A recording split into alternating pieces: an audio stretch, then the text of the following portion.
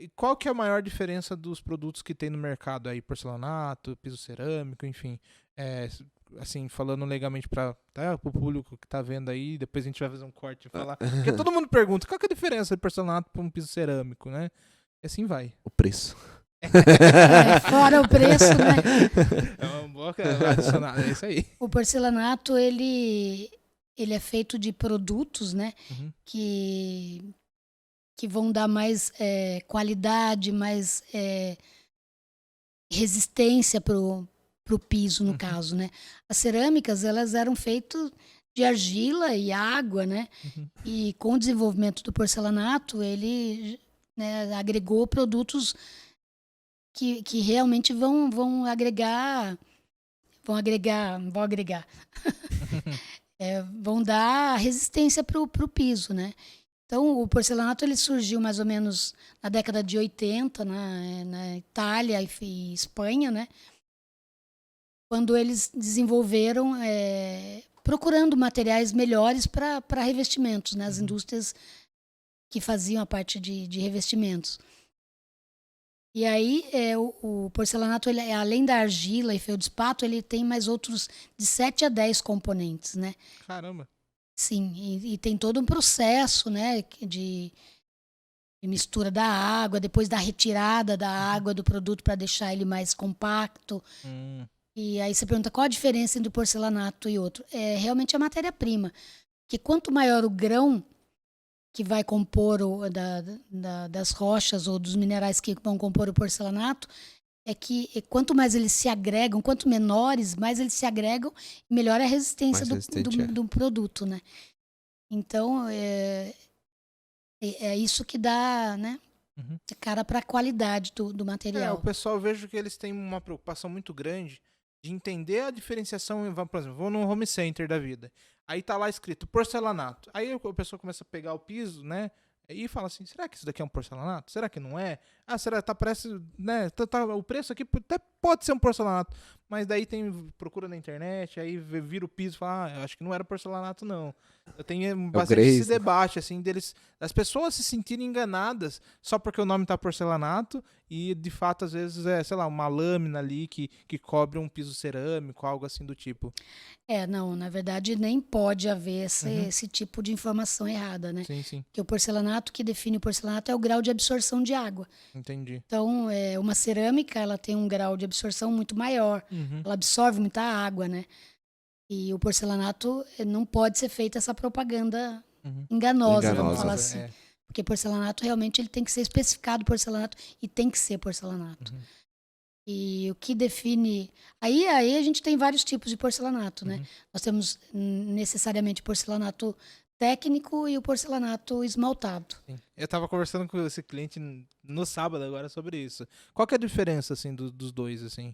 O porcelanato técnico é a própria massa do porcelanato que vai sendo polida, ou mais polida quando é o polido, ou menos polida quando é o acetinado, ou menos ainda quando é o hard, que a gente fala, que é o rústico, anti-escorregamento, antes...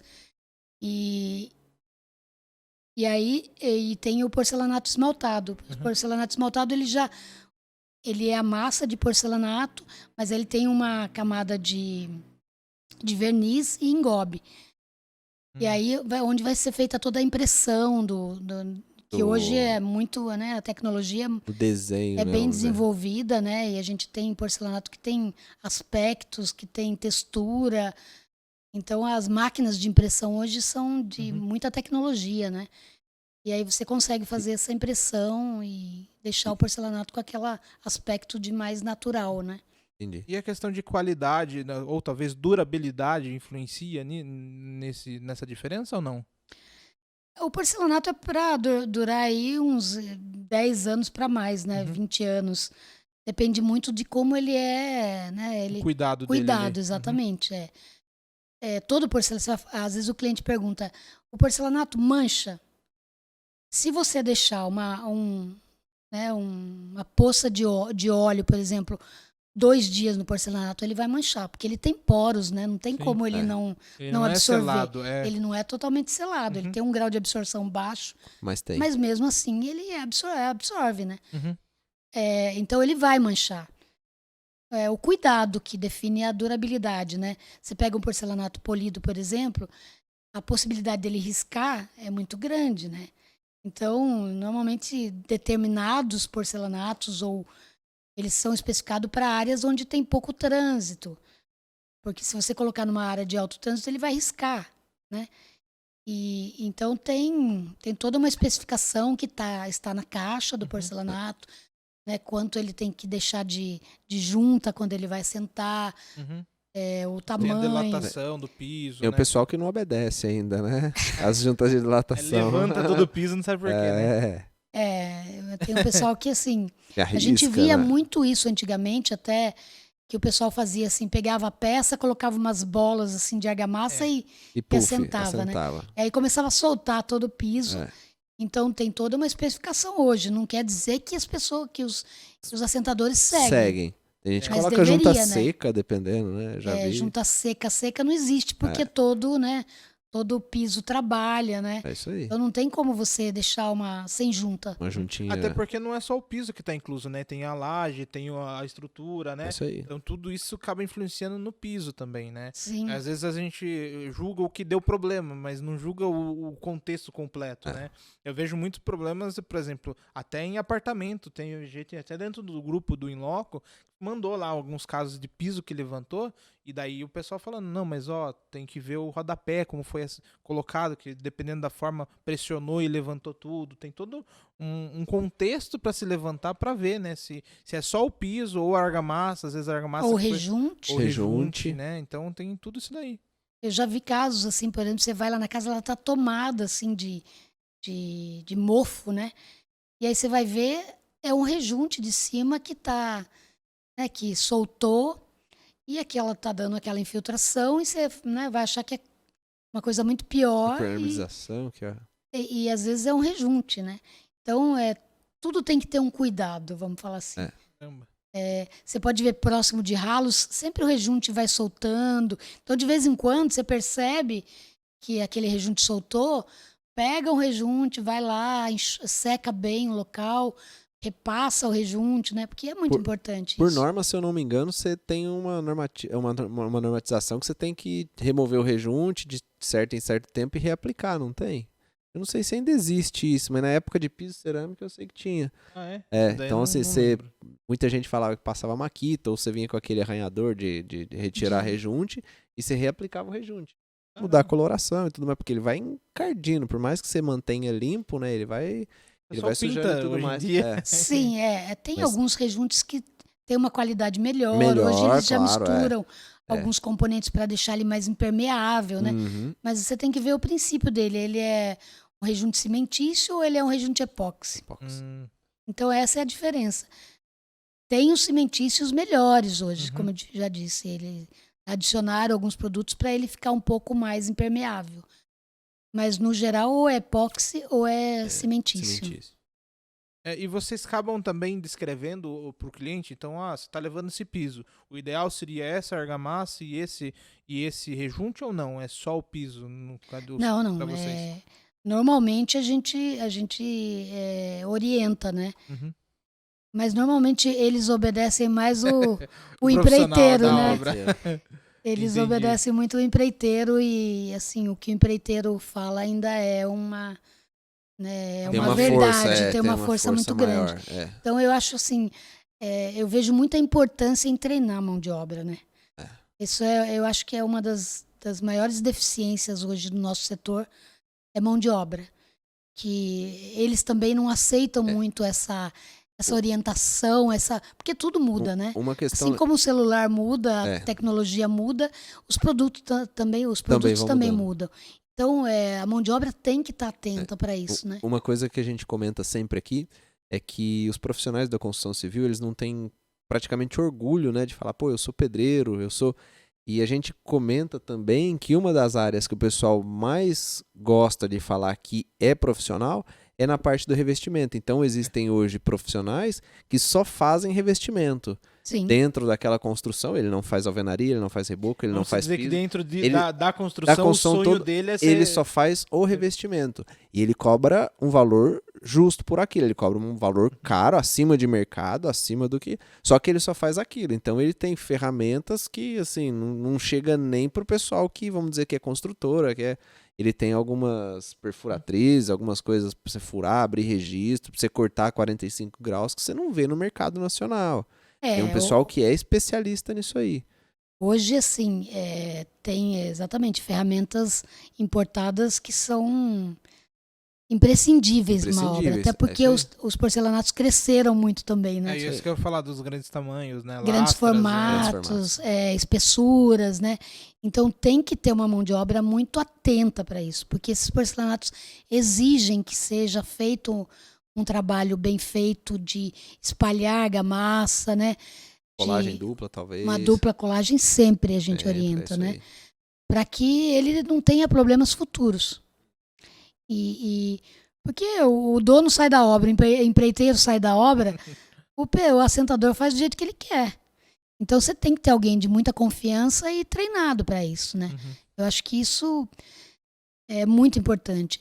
A gente vai para o exterior, a gente vê assim mão de obra que só faz isso, tem ferramentas excepcionais, excelentes, né? E às vezes são até profissionais que têm um grau de educação, maior, de formação maior, né?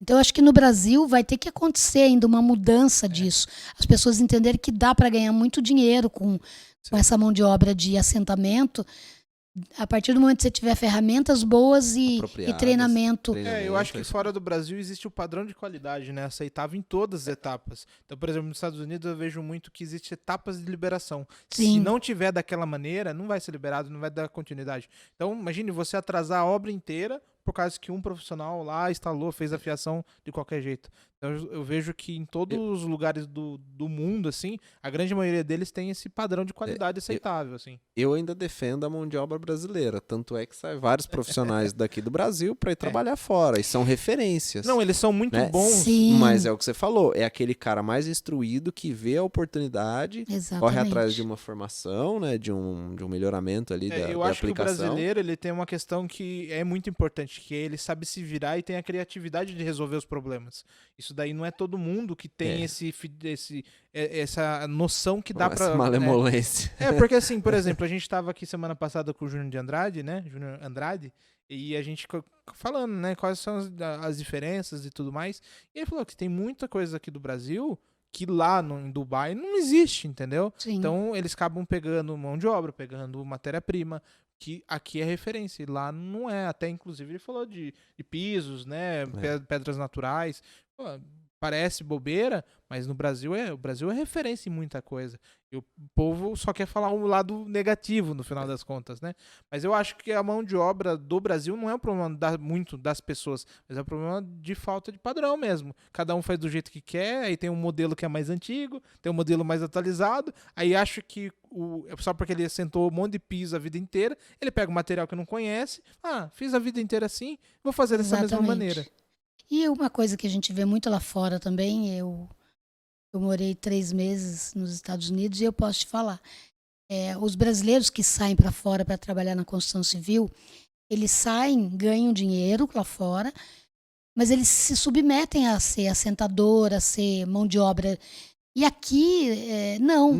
A mão de obra que trabalha na construção civil hoje é aquela mão de obra que não tem opção. Precária. Ele só tá ali porque não tem outra coisa. Porque ele não tem outra opção. Ele não se formou em nada, ele não conhece nada, então ele vai trabalhar de ajudante de pedreiro, daí ele trabalha 1 ano lá, ele já acha que ele é assentador, e aí sai, né? Então, seria muito importante que as escolas, que as pessoas dessem essa oportunidade. E a mão de obra também tem que estar interessado, né? Tem que estar interessada. Mas é o que eu falo, o brasileiro sai daqui, às vezes ele tem até uma formação, e ele vai lá fora e ele trabalha na construção civil. Aqui ele não trabalha. Aqui não, ele não se sujeita. Mesmo que como você falou, né? Paga-se bem hoje para um assentador. Então dá para ganhar dinheiro com assentamento de piso. Mas tem esse preconceito que o assentador é menos do que qualquer outra profissão. Do que um engenheiro, do que um Exatamente. Só que se ele tem uma capacidade de trabalhar bem, ele vai ganhar dinheiro. Eu tive a oportunidade de trabalhar numa construtora, numa empresa, e a gente tinha um empreiteiro lá. Até posso falar o nome aqui, que é o PHR. Então, ele é do litoral. Era uma empresa lá, ela atendia a gente muito bem. E eles tinham um funcionário, a gente apelidava de Robinho. Eu não lembro o nome dele, mas era o Robinho. Batia de todo lado. E assim, ele só fazia revestimento. E depois a gente foi descobrir que a empresa pagava ele parado. Se não tinha serviço, ele ficava parado em casa Pra não descansando. perder ele. Pra não perder. E assim, ele falou, pô, chegou a época dele tirar mais de 15 mil reais. Ele fazia, tipo, 10, 12 apartamentos, tipo, numa semana. Apartamentos grandes. Então ele vinha descendo, né? Porque você vem entregando a torre, ele vinha... Então ele corria, empurrava a equipe que tá entregando os apartamentos.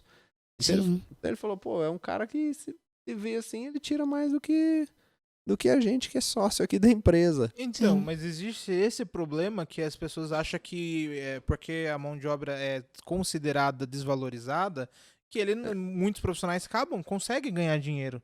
Ganha vida, inclusive. Eu conheço muito empreiteiro que começou como servente de pedreiro, cara. E hoje aí você tá melhor que a gente aí no mercado, cara. Sim, tem empreiteiros que estão muito bem. Mas é isso. Primeiro é a parte de gerir esse pessoal de obra, né? É saber como trabalhar com eles e tirar o melhor.